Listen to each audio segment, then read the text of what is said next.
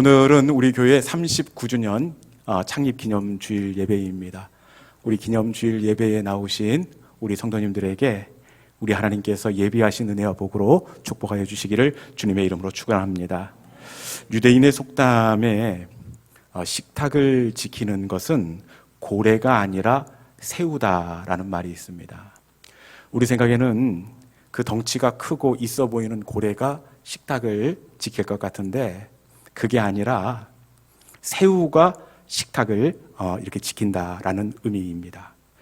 사막을 횡단하는 것도 이 사자가 아니라 낙타가 횡단한다라는 속담이 있습니다.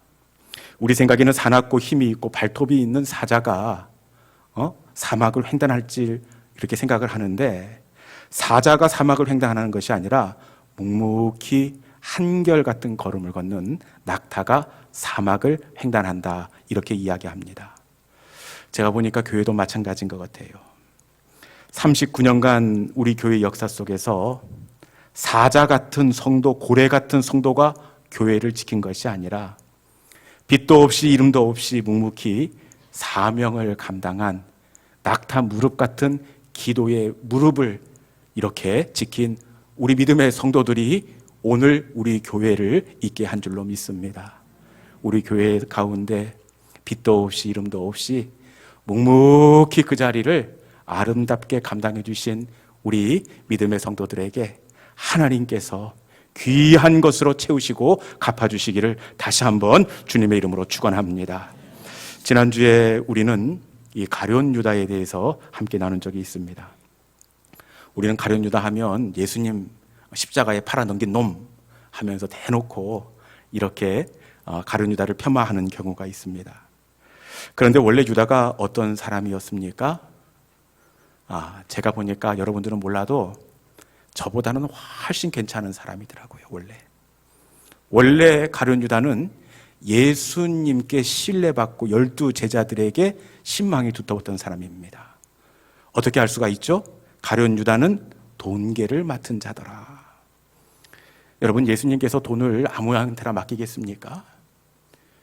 우리 교회도 재정 아무한테나 맡길 수 없잖아요. 가장 그 가운데에서 믿음이 가고 신망이 두터운 사람에게 돈을 맡기게 되어 있습니다. 그런데 가룟 유다는 12 제자 중에 돈계를 맡은 사람이었습니다. 예수님께 가장 믿음이 갔던 사람입니다. 그리고 가룟 유다는 예수님을 진짜로 사랑했던 사람이에요. 제가 말씀을 준비하면서 아무리 묵상을 해봐도 저보다 훨씬 괜찮은 사람이 가룟 유다더라고요.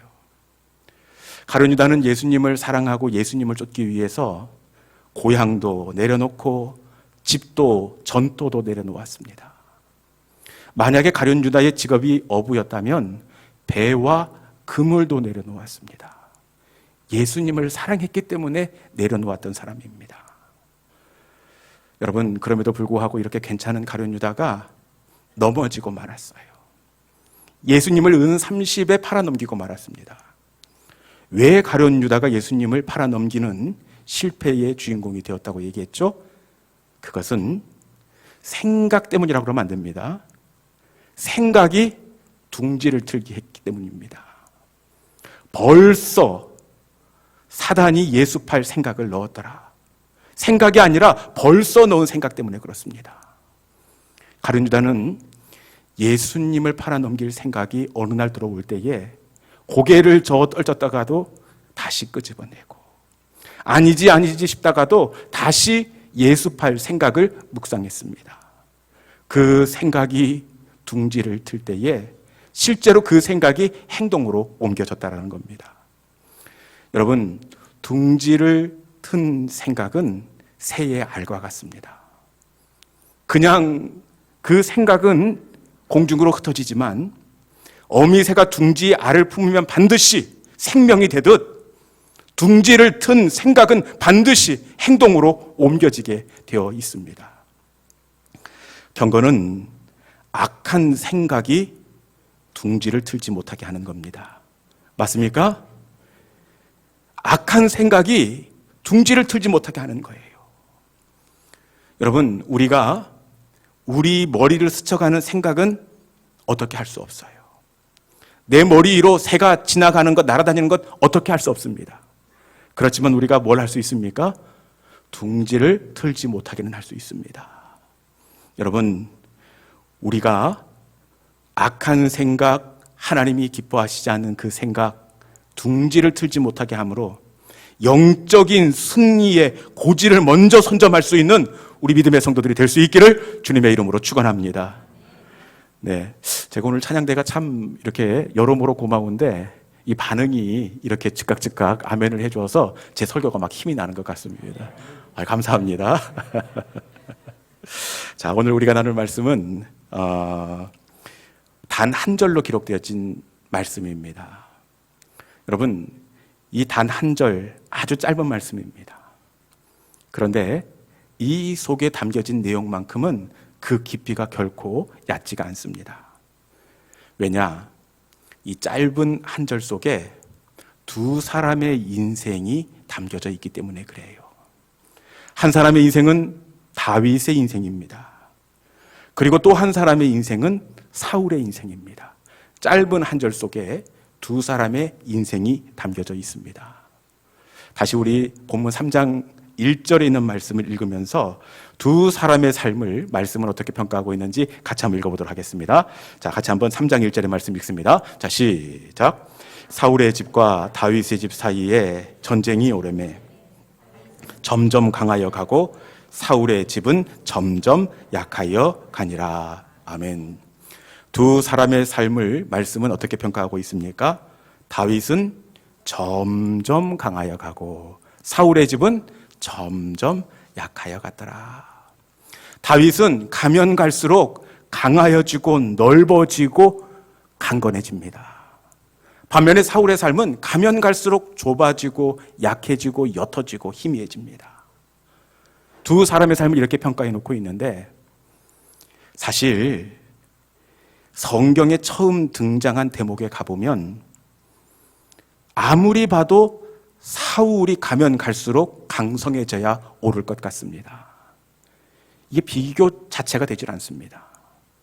사울이 훨씬 앞서 있는데 외모만 놓고 봐도 사울이 훨씬 앞서 있다는 것을 확인할 수가 있습니다.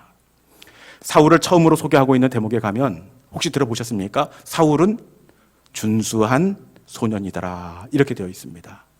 준수. 이 사전적 의미를 보니까 외모가 수려하고 빼어남, 이게 바로 준수입니다. 딱 봐도 외모가 수려하고 빼어남, 얼굴이 조각 같고 요즘 젊은이들 말로 꽃미남인 겁니다. 여러분, 딱 봐도 얼굴이 누가 봐도 매력을 느낄 만큼 얼굴이 조망만하고 코가 오똑하고 누가 봐도 준수하게 생겼습니다. 그런데 얼굴만 이렇게 생겼느냐? 그 몸 어떻게 생긴지 아십니까? 제가 보고 왔습니다. 제가 보고 왔는데 그 사무엘상 9장 2절에 보니까 이스라엘 자손 중에 그보다 더 준수한 자가 없고 키는 백성보다 어깨 이만큼 더 컸더라. 키가 어떻게 됐다고요? 백성들보다 머리에서 어깨가 있고 목이 있고 머리가 이렇게 있는 겁니다. 어깨 이보다 더 큰 겁니다. 제가 보니까 얼마나 상체 운동을 많이 했는지 가슴이 딱 벌어져가지고 아이고 제가 보기만 해도 막 기가 죽더라고요. 반면에 다윗은 어떻게 생겼느냐? 딱 봐도 함량미달입니다. 딱 봐도 함량미달입니다. 코가 이만큼이나 나왔어요. 제가 보니까. 그래서 그 다윗의 아버지 이새가 사무엘이 아들 다 데리고 오라고 했음에도 불구하고 너는 아니다, 너는 아니야. 너는 가서 양이나 지켜라 하고 제껴 놓았던 사람입니다. 다윗은 아버지 눈에도 영 시원찮게 생긴 함량미달의 그 외모를 가지고 있습니다. 외모뿐만 아니라 집안 배경을 봐도 이 다윗, 사울 비교가 안 되는데 사울은 처음 등장할 때부터 부잣집 도련님으로 출발하고 있습니다. 가장 먼저 사무엘상 9장에 사울이 등장하는데 그때 사울이 나오자마자 암나기들을 찾는 걸로 되어 있습니다. 암나기. 여러분들은 암나기에 대한 느낌이 별로 없는데 이 암나기는 예전에 우리 그 어르신들이 살던 시대에 키웠던 암소 정도로 생각하면 맞습니다. 이 암소 한 마리 있으면 자식 대학도 가르치고 살림을 문제없이 살 수 있습니다. 그런데 이 사울이 암나귀를 잃어버렸습니까? 암나귀들을 잃어버렸습니까? 암나귀들입니다. 두 마리인지 세 마리인지 10마리인지는 모르지만 잃어버린 것만 암나귀들입니다. 어떻게 부자처럼 보이죠? 그리고 이 암나귀를 찾아가는데 사울 혼자 찾는 것이 아니라 사환을 데리고 암나귀를 찾고 있습니다. 집에 어려운 일을 도와주는 종이 있을 만큼 사울은 부요한 집안의 도련님입니다. 반면에 다윗은 어떠느냐? 제가 보니까 꼭 소년 가장 같아요. 옷 이런 것들 다 그냥 형한테 물려 입어가지고 소매가 다 헤어졌어요. 사울은 암나귀 잃어버린 종이 같이 문제를 해결해 주는데 이 다윗은 혼자입니다. 직접 양을 먹일 뿐만 아니라 곰과 사자가 양을 물어가면 도와주는 사람 없이 내가 그 곰의 입을 열고 그 이빨 사이에서 양 새끼를 구하였나이다. 그렇게 되어 있습니다. 집안 분위기가 이렇게 처음에 차이가 나고 있습니다. 누가 봐도 사울이 점점 강하여 가고 다윗은 쪼그라들고 오그라들어야 옳을 것 같습니다. 그럼에도 불구하고 오늘 말씀은 어떻게 이야기하고 있습니까? 다윗은 점점 강하여 가고 사울은 점점 약하여 갔더라. 이렇게 되어 있습니다. 여러분 궁금하지 않습니까? 도대체 누가 봐도 사울이 강하여 가야 되는데, 누가 봐도 사울이 이겨야 되는데 사울은 약하여지고 약해질 것 같았던 다윗은 가면 갈수록 점점 강성함의 은혜를 누리게 되었습니다. 이 두 사람의 차이가 무엇이 있을까요? 무엇이 과연 이 사람의 인생을 차이나는 인생의 결론으로 이끌고 있을까요? 궁금하지 않습니까? 자, 우리 사무엘하 5장 10절에 있는 말씀, 본문 자막을 통해서 우리 한번 같이 읽어봅시다. 무엇이 이 차이를 만들어냈는지. 사무엘하 5장 10절 같이 읽습니다. 자, 시작. 만군의 하나님 여호와께서 함께 계시니 다윗이 점점 강하여 가니라. 아멘. 사울에게는 없고 다윗에게는 있었던 그 한 가지 때문입니다. 무엇입니까? 만군의 하나님 여호와께서 함께 계시니, 만군의 여호와 하나님께서 함께하는 인생이었기에 다윗은 그 인생의 방향이 가면 갈수록 점점 강성함의 방향으로 나아갔다는 사실입니다. 이 골리앗을 물리칠 때도 보면 함께하신 하나님이 골리앗을 무너뜨리게 했다는 것을 알 수가 있습니다. 어떤 사람들은 그 것만 보고 다윗이 그 목장에서 끊임없이 돌팔매 날리고 훈련하고 연습해서 그 연습이 결국에는 결정적인 순간에 골리앗을 무너뜨렸다. 이렇게 이야기하는 사람이 있습니다. 이런 설교 들어보셨죠? 그래서 평상시에 연습을 잘해야 됩니다. 평상시 연습이 결정적일 때 승리의 비결이 됩니다. 할렐루야 하면 또 아멘 이렇게 하십니다. 여러분, 진짜 다윗의 훈련이 골리앗을 넘어뜨렸을까요? 그렇지 않습니다. 이 목사님이 또 어떻게 프로를 부르시려고 이런 말씀을 하시나 그런 염려스러운 눈초리를 보내시는데, 여러분, 제가 아무리 말씀을 묵상하고 다시 봐도 다윗의 연습이 골리앗을 쓰러뜨리는 것이 아니더라고요. 왜냐? 두 가지 이유 때문에 그래요. 절대로 훈련이나 연습이 골리앗을 쓰러뜨릴 수 없습니다. 먼저는 이 골리앗 혼자 나온 것처럼 우리는 생각하고 있습니다. 골리앗 다윗 1대1로 맞붙은 걸로 생각하고 있습니다. 그런데 성경을 다시 봐야 합니다. 골리앗 앞에 뭐가 있느냐? 우리 앞에 자막을 통해서 사무엘상 17장 41절에 있는 말씀 같이 한번 읽어볼까요? 자, 시작.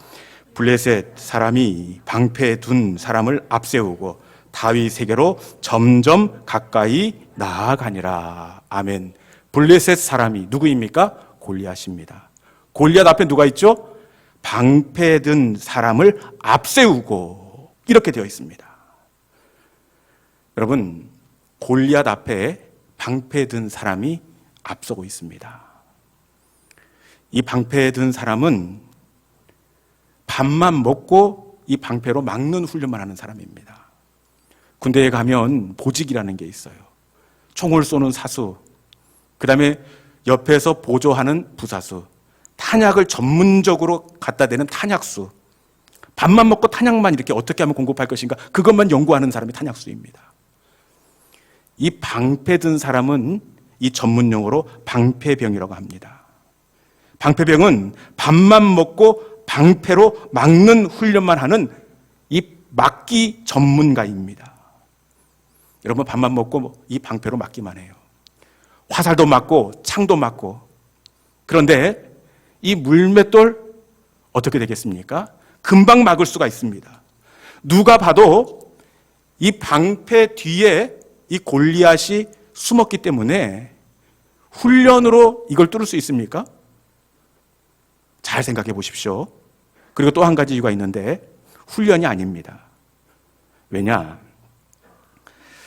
지금 이 다윗이 그 물매를 던지는데 제자리에서 던집니까? 아니면 달려가면서 던집니까?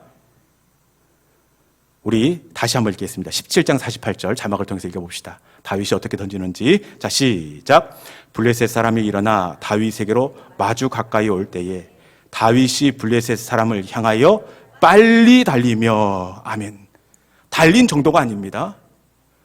빨리 달리며. 제가 보니까 이날 다윗이 얼마나 빨리 가든지 발에 오토바이를 단 것 같아요. 발이 안 보입니다. 여러분, 이렇게 오토바이처럼 빨리 달리면서 어떻게 골리앗의 이마를 맞출 수가 있겠습니까? 이 물매라는 것은 정확도가 비교적 낮은 병기입니다. 제자리에 서서 던져도 맞출까 말까입니다. 그런데 빨리 달리면서 어떻게 이 골리앗에게 이 물매를 맞춰서 그를 쓰러뜨릴 수가 있겠습니까? 확률적으로도 이해가 되지 않는 대목입니다. 그런데 결과가 어떻게 되었습니까? 방패를 뚫고 골리앗의 이마에 물맷돌이 박혔더라. 여러분, 이것은 연습으로 된 것이 아니라 하나님께서 골리앗을 쓰러뜨리게 하신 줄로 믿습니다. 제가 어제 이 골리앗 싸우는 장면 갔다 왔더니 골리앗 그 싸우는 그때 다윗의 컨디션이 평상시보다 영 더 안 좋더라고요. 다른 때 양, 곰 이런 거 할 때는 긴장이 안 돼서 아주 그래도 성공률이 높은데 이 상황인지라, 이 물건인지라 다윗이 긴장을 굉장히 많이 했습니다. 제가 보니까 정확히 골리앗의 이마로 날아간 것이 아니라 잘못 날아갔습니다. 잘못. 여러분, 어떻게 알 수 있느냐? 만약에 이 물맷돌이 정확히 날아갔다면 누구 앞에 이렇게 맞아야 됩니까? 방패병의 방패에 맞아야 합니다. 조준을 잘했으면 이 방패 뒤에 있는 골리앗한테 날렸을 테니까 이 방패에 맞고 떨어질 수밖에 없습니다. 그런데 이날은 보니까 방패에 맞은 것이 아니라 골리앗의 이마에 맞았습니다. 여러분, 이상하지 않습니까? 이날 다윗이 분명히 잘못 던진 게 맞습니다. 잘 던졌으면 방패에 맞아야지요. 잘못 던졌기 때문에 골리앗의 이마에 맞았습니다. 왜 잘못 던졌는데도 불구하고 골리앗의 이마에 맞았을까요? 왜 그랬을까요? 알려줄까요? 말까요? 제가 이 말씀을 깊이 묵상을 해봤어요.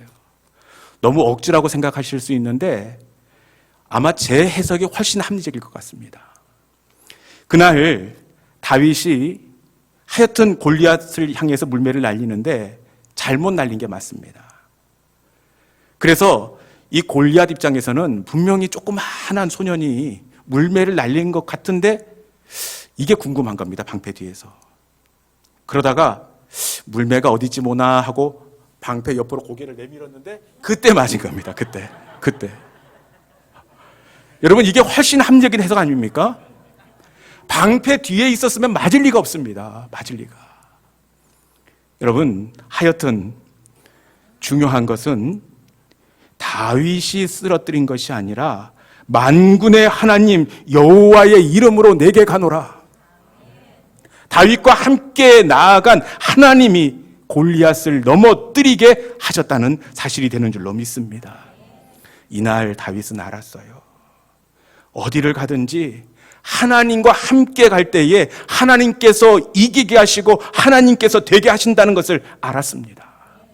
그렇기에 다윗은 항상 어디를 가든지 하나님과 함께 가기를 기도했습니다. 전쟁터에 나아갈 때에 전쟁을 앞두고 다윗이 꼭 드리는 기도가 있습니다. 들어보셨습니까? 여호와여 치리이까? 여호와여 올라가리이까? 전쟁을 앞두고 하나님께 묻고 하나님께 나아가기를 항상 기도했습니다. 그리고 길을 갈 때에도 여호와여 우리와 함께 일어나 주시옵소서. 우리보다 앞서 행하여 주옵소서. 다윗은 늘 하나님과 함께 하기를 애썼습니다.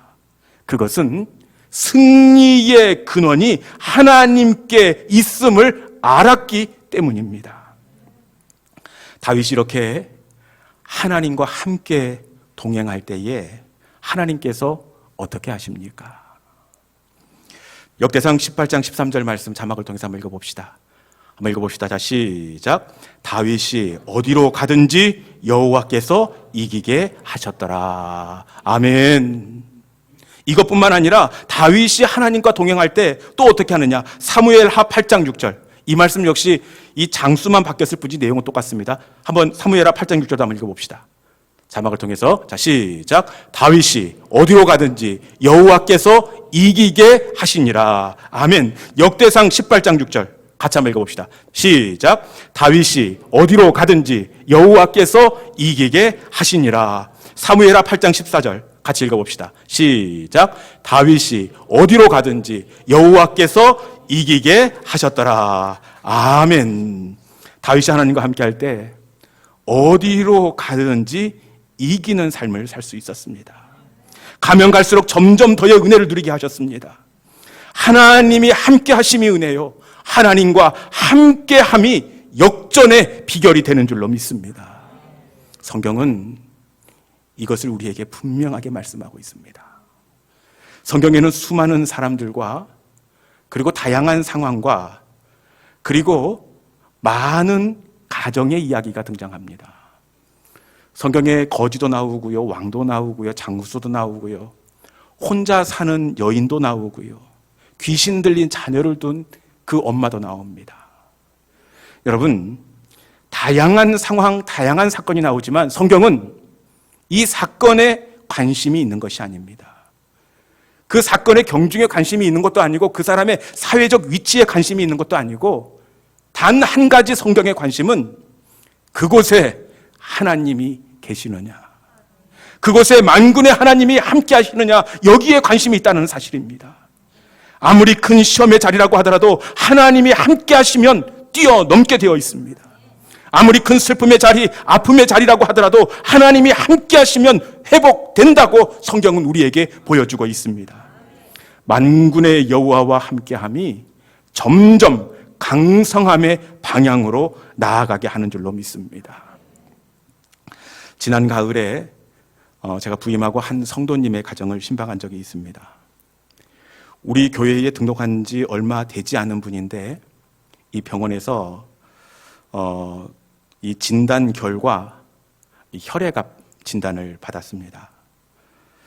서울에 있는 큰 병원에 가서 치료를 받으라 이렇게 말씀을 듣고 염려하고 있는 상황 가운데서 제가 그 장에 신방을 갔더니 이 혈액 쪽에 이게 아픔이 있어서 그런지 낯빛이 까매요. 다크서클이 눈 밑에만 있는 것이 아니라 제가 보니까 이 광대까지 내려왔어요. 얼굴에 기미가 꽉 찼어요. 병세가 깊습니다. 그래서 이 신방을 갔더니 이 걱정이 됐는지 믿지 않는 남편이 함께 예배의 자리에 나왔습니다. 이 아내가 걱정이 되기도 했을 텐데 이 예배를 시작하기 전에 이 남편분이 그러는 거예요. 목사님, 아이고 죽겠습니다. 왜 그러시느냐고. 그랬더니 아내도 아내지만 이 밤마다 가위에 눌려 편한 밤을 한밤도 보낸 적이 없습니다. 이 구렁이 이것은 기본이고 온갖 보도 듣도 못한 이 귀신들이 꿈속에 나타나서 눌러서 잠을 잘 수 없다. 이렇게 말씀을 하는 겁니다. 참 어려운 가정입니다. 사실 이날 그 아내분이 이 병원의 검진을 앞두고 있었기 때문에 제가 준비한 설교가 뭐였겠습니까? 이럴 때 보통 목회자들 치료의 강선입니다. 치료의 강선을 비춰주리니 송아지가 나온 같이 뛸 것이다. 이 말씀 비슷하게 제가 준비를 한 것 같아요. 그런데 제 마음속에 성령께서 말씀을 바꿔라. 말씀을 바꿔라. 말씀 중에 오늘을 기점으로 어제와 내일을 비교하라라는 말씀이 있습니다. 예배를 드린 오늘을 기점으로 어젯밤의 꿈자리와 내일 잠자리에서 만난 그 평안한 밤을 비교하라. 그 말씀을 증거하라. 이런 감동을 주는 겁니다. 제가 그래서 학계 2장 18절 말씀을 꺼냈습니다. 학계 2장 18절 같이 한번 읽어볼까요? 자, 시작. 너희는 오늘 이전을 기억하라. 아홉째 달 24월 곧 여호와의 성전 지대를 쌓던 날부터 기억하여 보라. 아멘. 성전 지대를 쌓던 날을 기점으로 이전과 쌓고 난 이후를 비교하라. 신방 예배를 드린 오늘을 기점으로 어제와 오늘을 비교하라.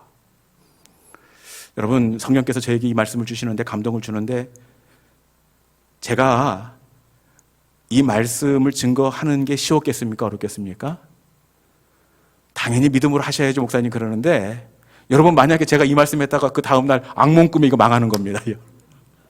그 다음날 구렁이가 목 감아 보십시오.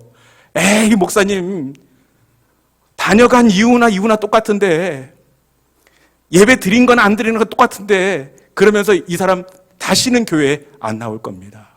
그렇지 않습니까? 그럼에도 불구하고 성령께서 제게 감동을 주셔서 무슨 믿음이 있었는지 남편 선생님, 오늘 우리가 예배 드리고 기도하는데 오늘을 기점으로 비교하십시오.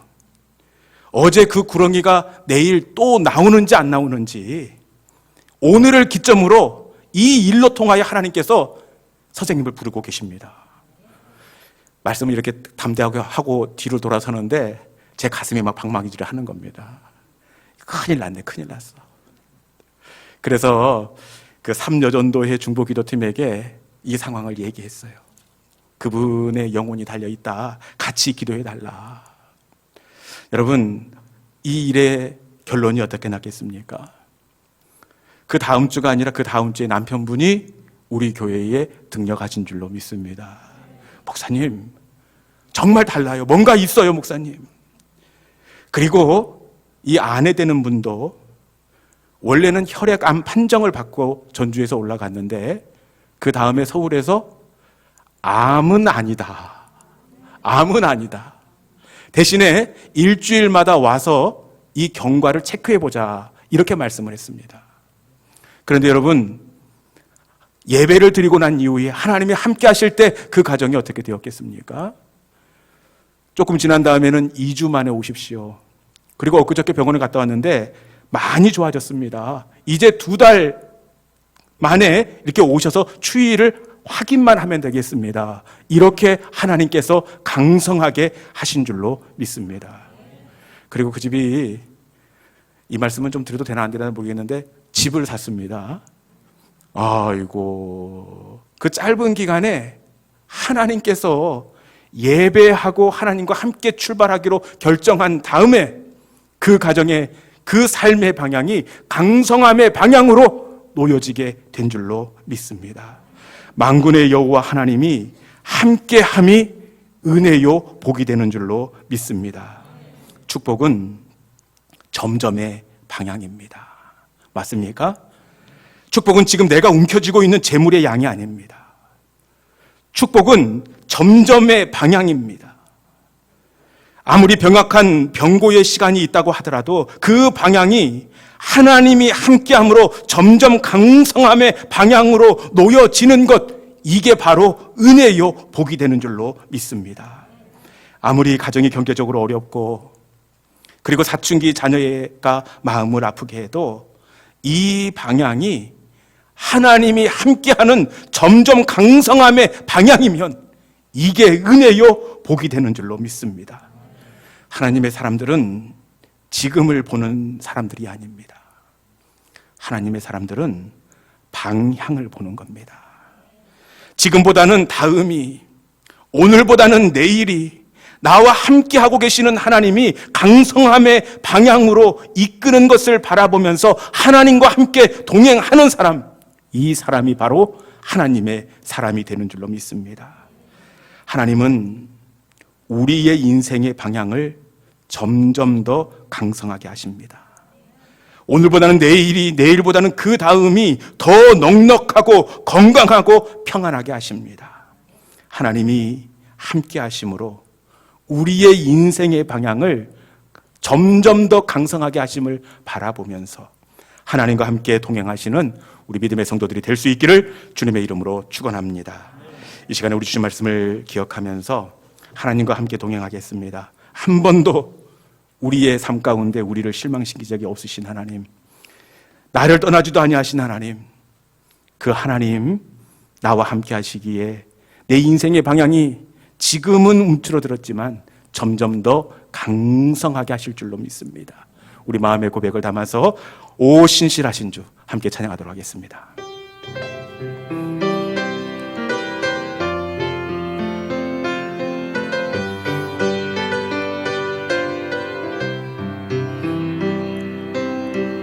하나님 한 번도 나를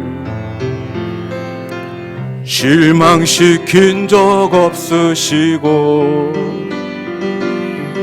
언제나 공평과 은혜로 나를 지키셨네. 지나온 모든 세월도 돌아보십시오. 지나온 모든 세월들 돌아보아도 그 어느 것 하나 주의 손길 안 미친 것 전혀 없네. 오 신실하신 주, 오 신실하신 주, 내 너를 떠나지도 않으리라, 내 너를 버리지도 않으리라. 약속하셨던 주님, 그 약속을 지키사 이후로도 영원토록 나를 지키시리라 확신하. 오 신실하신